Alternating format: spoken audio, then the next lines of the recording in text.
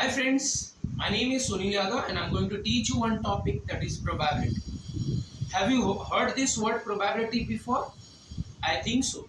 You must have heard that, but you are not recollecting it. Is it so? Okay. I will tell you in both sense, that is physical life also and in mathematical also, how and where we can use it. Okay. So guys, first of all, in physical life, because this is raining season, so that's why I'm saying this. Whether have you said this statement that today there may be chance that rain will fall? You may have said, or before getting a result, one day or 2 day before, in front of your friends, in overconfidence, you may have said this, that it is sure that I will be a topper of this exam. You may have told.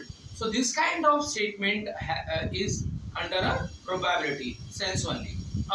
What about in mathematical sense? Before going to mathematical sense, I have to explain certain terms, which is very important to understand. Once you understood this part, then probability will be much easier. So let me start with the first term, that is random experiment. So guys, random experiment is the experiment in which all outcomes are known to us and we cannot predict which outcome will come first, which will come second, which will come later on. That means order is not known to us which will come first, and the third case, that each event will have the equal chances of coming as an outcome. So that very simple. All outcomes should be known. We cannot predict which one will come first and later. And the third is, each event should have equal probability of equal chances of getting as an outcome. So you may ask me one of example. I will tell you one example. Suppose guys, if you roll a dice, have you ever roll a die? Yes, you might have in Ludo game. Getting? Yeah. In Ludo game, we are using the die.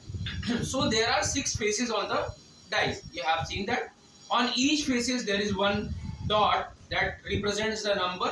If it is one dot, then 1. If it is 2 dot, then 2, and so on till 6. I hope you are getting. Yes.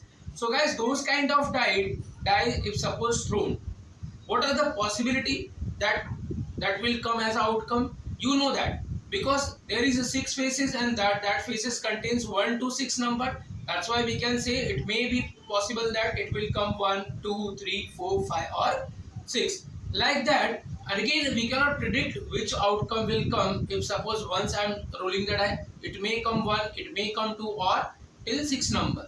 And we will be assured that each and every face may come at least once and they have equal chances, right? So all three conditions are satisfied. That's why this kind of experiment is called as a random experiment.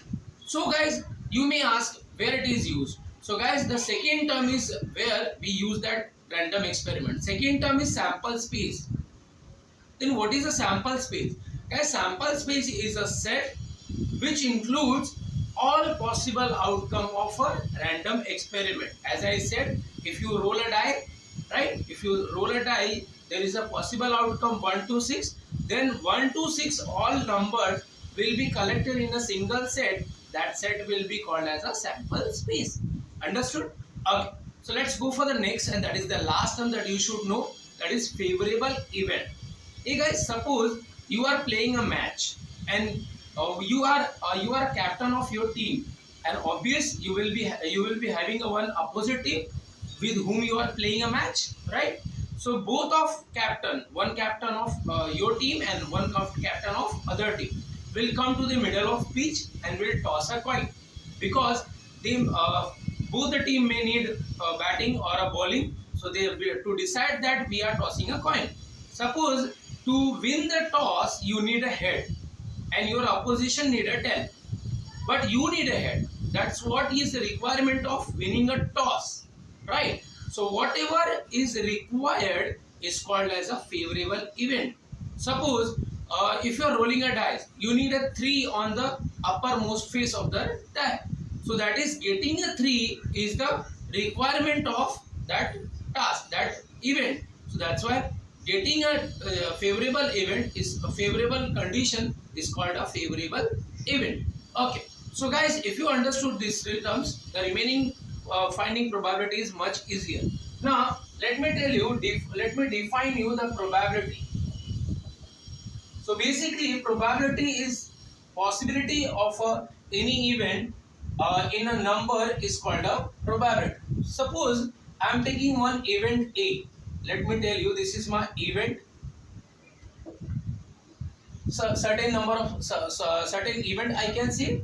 So I need probability of A that can be given by ratio of number of favorable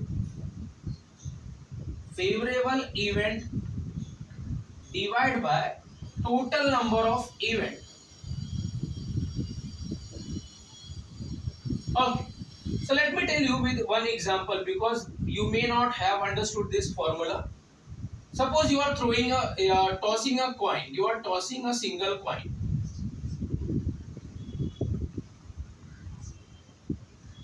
So guys, what is the possible outcome that you may get?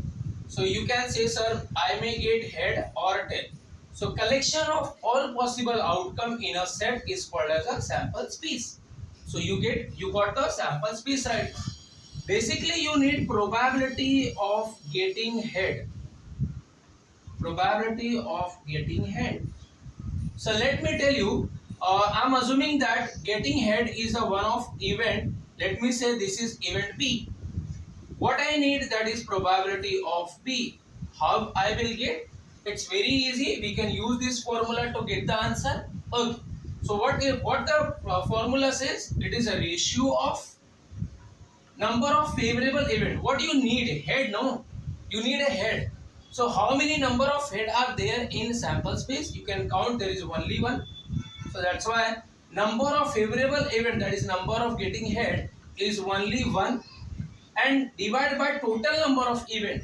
So can you tell me how many outcomes are there in sample space? There are only two. So therefore total number of outcome is 2.